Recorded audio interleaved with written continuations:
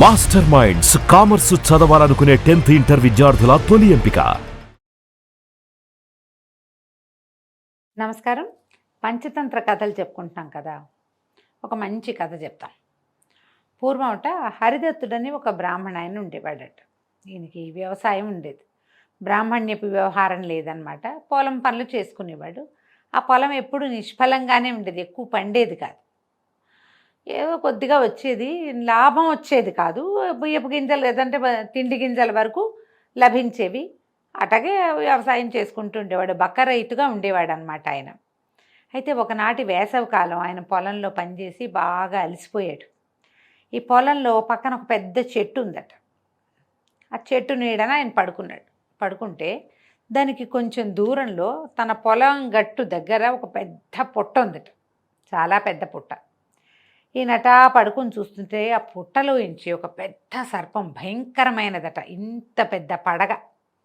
ఆ పడగ విప్పి ఆ పుట్టలోంచి బయటకు వచ్చి అది ఇట్లా నిలబడి ఆడుతోందట. ఇట్లా ఆడుతుంటే ఆశ్చర్యపోయాడు. ఏమిటి మన పొలంలో ఉన్న పుట్టలో ఇంత సర్పం ఉందా?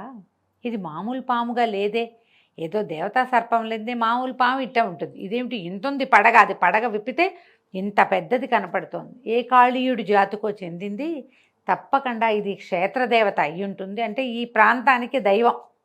నేను ఏ పూజా పునస్కారం ఏమీ చేసి గౌరవించలేదు, అందుకే నా పొలం పండట్లా.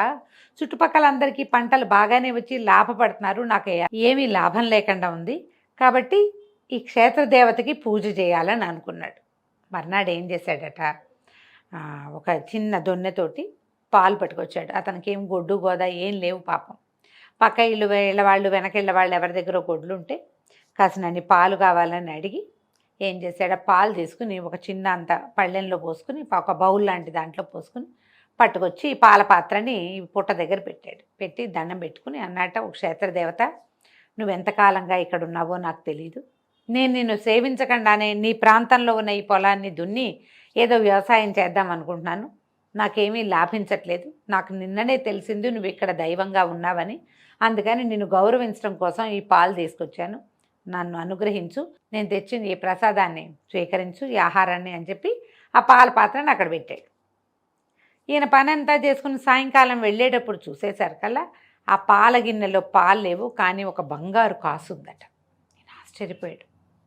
క్షేత్రదేవత మనని కరుణించింది. ఆయన సంతోషంగా ఈ పాల పాత్రను తీసుకుపోయాడు. ఆ రూపాయి కాసు, ఆ బంగారు కాసును దాచిపెట్టుకున్నాడు. రోజు పొలంలో పనిచేసేవాడు. పొలంలో పైరు వేశాడు. పైరు బ్రహ్మాండంగా ఎదిగింది. ప్రతిరోజు పాలు తీసుకొచ్చి పెట్టేవాడు. మొదట్లో చుట్టుపక్కల వాళ్ళ దగ్గర పాలు తెచ్చుకున్నాడు కదా, క్రమంగా బంగారు కాసులు ప్రతిరోజు ఇతను పాలు పెడితే పాలు తాగేసిన దేవతా సర్పం ఒక బంగారు కాసు అందులో పడేసేది. ఆ కాసులతోటి ఇతను ఏం చేశాడు, చక్కగా 2-3 గొడ్లు కొనుక్కున్నాడు. ప్రతిరోజు తన ఇంట్లోనే పాలు తనే స్వయంగా పిండి పచ్చిపాలు గుమగుమలాడే పాలు తీసుకొచ్చి పెట్టేవాడు. పాలు గొడ్ల వ్యాపారం పెరిగింది. భార్య గొడ్డు గోదా చూసుకునేది. ఓ పని కుర్రవాడిని పెట్టుకున్నారు. తర్వాత వ్యవసాయంలో కూడా ఆయనకి పంట బ్రహ్మాండంగా పండింది. ఆ సంతోషంలో ఇలా రోజులు గడిచాయి. బ్రాహ్మణుడు కొంత ధనికుడు అయ్యాడు. ప్రతిరోజు మరి బంగారు కాసు వస్తుంది కదా, కాసులు బాగా చేరుతున్నాయి, గొడ్లు పెరిగినాయి, పొలం పండుతోంది. కొంతకాలం గడిచాక ఏమైందట, ఒకనాడు ఈయన ఏదో ఊరు వెళ్ళవలసి వచ్చింది. తప్పనిసరిగా వెళ్ళాలి. అంతకుముందు ఎప్పుడూ ప్రయాణం చేసిన వాడు కాదు.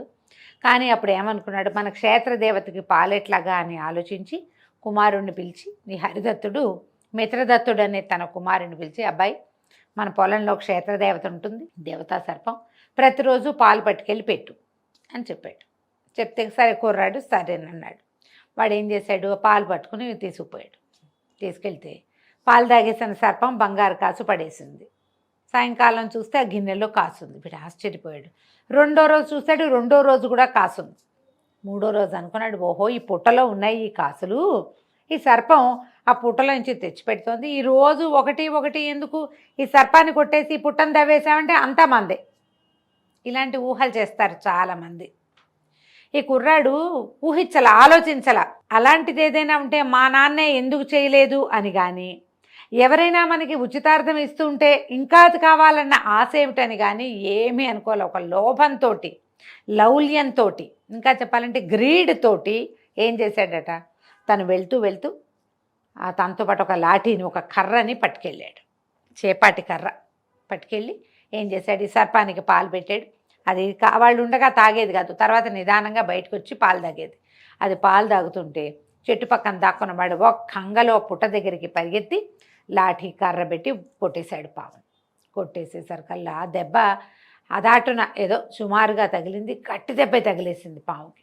కానీ అది దేవతా సర్పం అవటం, ఇంత పెద్ద పడగుంది, దానికి అంత గట్టి దెబ్బ కాదు, అంటే ప్రాణం పోయే దెబ్బ కాదు, నొప్పి పెట్టే దెబ్బే. కానీ సర్పం తిరగబడిపోయి ఆ పాలను తోసేసి ఇంతెత్తున పడగ లేపి ఆ కుర్రాడిని కాటేసింది. పాము కాటు తిన్న కుర్రవాడు పడిపోయాడు. అది మహాదేవతా సర్పం, కూరల నిండా విషం ఉంటుంది.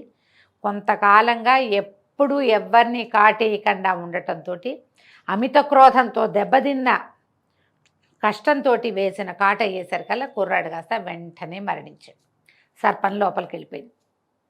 పిల్లాడు ఎప్పటికీ రాలేదని తల్లి చుట్టుపక్కల వాళ్ళని కేకేస్తే 2-3 కలిసి వెళ్ళి పొలంలోకి చూస్తే ఏముంది, నురగలు కక్కుతూ కింద పడిపోయి ఉన్న కుర్రాడు కనిపించాడు. అయ్యో పాము కాటందిందన్నారు, తీసుకెళ్లారు. తండ్రి వచ్చే లోపలే కుర్రవాడి అంత్యక్రియలు కూడా జరిగిపోయినాయి. ఊళ్ళో జనమంతా చెప్పారు, మీ దగ్గర పుట్ట ఉంది, ఆ పుట్టలో ఉన్న పాము పిల్లాడిని కాటేసింది, ఇదే జరిగింది అని అనేసరికల్లా తండ్రి వలవల ఏడ్చడానికి అర్థమైంది, వీడేదో చేశాడు ఆ పావుని, అందుకే ఇలా జరిగింది, లేకపోతే జరగదు. ఎందుకంటే కొన్ని నెలలుగా, కొంతకాలంగా ప్రతిరోజు నేను పాలు పట్టుకెళ్ళి పెడుతుంటే సర్పం తల తిప్పి నన్ను చూడండి, పిల్లాడిని ఎందుకు కాటేస్తుంది, వీడు ఏం చేశాడు ఊహించాడు. అక్కడ కర్ర ఉంది అదని చెప్పారు కూడా ఒకళ్ళిద్దరు, అక్కడ కర్ర పడి ఉంది అని. మీ ఇంట్లో, మన ఇంట్లో ఉండవలసిన కర్ర పుట్ట దగ్గర ఉందంటే కొడుకే తీసుకెళ్ళాడనమాట. ఇవన్నీ ఊహించుకుని ఆయన దుఃఖించి ఇంకేం చేస్తాడు, ఊరి నుంచి తిరిగి వచ్చాక ఈ కథ అంతా విని భార్యను ఓదార్చాడు, దుఃఖపడ్డాడు. మర్నాడు పొద్దున యథావిధిగా దొన్నెలో పాలు పట్టుకుని పుట్ట దగ్గరికి వెళ్ళాడు. వెళ్ళి పాలు పెట్టి నమస్కారం చేశాడు.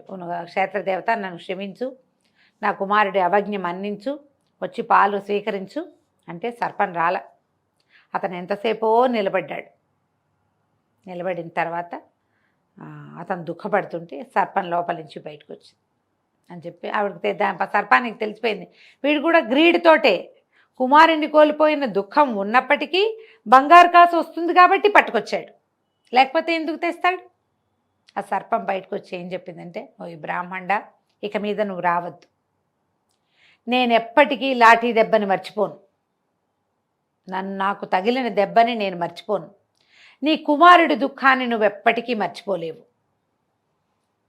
కాబట్టి ఇక మళ్ళీ నువ్వు నా దగ్గరికి రావద్దు, నేను కూడా ఇక్కడ ఉండను, ఇంకా నేను వెళ్ళిపోతున్నాను, నేను ఆ దెబ్బ మర్చిపోలేను, నువ్వు నా వల్ల జరిగిన నష్టాన్ని నువ్వు కూడా మర్చిపోలేవు, కాబట్టి మళ్ళీ రావద్దని ఒక మణిని తెచ్చి పాలగిన్నెలో పడేసిందట. ఈ మణిని తీసుకుని వెళ్ళిపో, ఇంకొకసారి నా దగ్గరికి ఆశగా నువ్వు రావద్దు అని చెప్పేసి సర్పం లోపలికి వెళ్ళిపోయింది. మళ్ళీ ఆ సర్పం అక్కడ కనపడలే.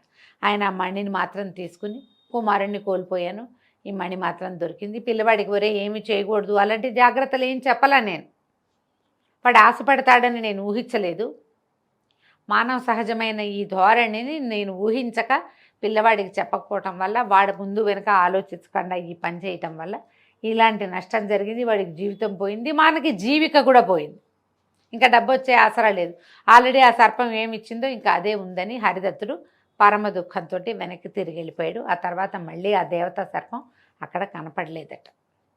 అత్యాశకి పోతే, గ్రీడ్తోటి ప్రవర్తిస్తే ఇలా మూలఛేదం అయిపోతుంది. మొదటికే మనం నష్టపోతాం. ఏదైనా ఒక లాభం లభిస్తున్నప్పుడు అయాచితంగా ఒకటి లభిస్తుంటే మొత్తం లాక్కోవాలన్న ఊహ చెయ్యకూడదు. ఆ లభించేది ఎట్లా ఫ్లో జాగ్రత్తగా వస్తుందో ఆ ఫ్లోని అలాగే తీసుకోవాలి. నువ్వు ఎప్పుడైతే అత్యాశకి పోతావో మొత్తానికి పోతుంది. కాబట్టి అత్యాశ పడద్దు అని చెప్పడం కోసం చెప్పే రకరకాల కథల్లో ఇది ఒక మంచి కథ. అవకాశం ఉన్నప్పుడు పిల్లలకి ఏదైనా ఒక సందర్భంలో తెలియచేయండి. మీరు ప్రధానంగా పెద్దవాళ్ళు తెలుసుకోవాలి. గ్రీడీగా ప్రవర్తిస్తే మూలఛేదం అయిపోతుంది. కథ కంచికి మనం ఇంటికి.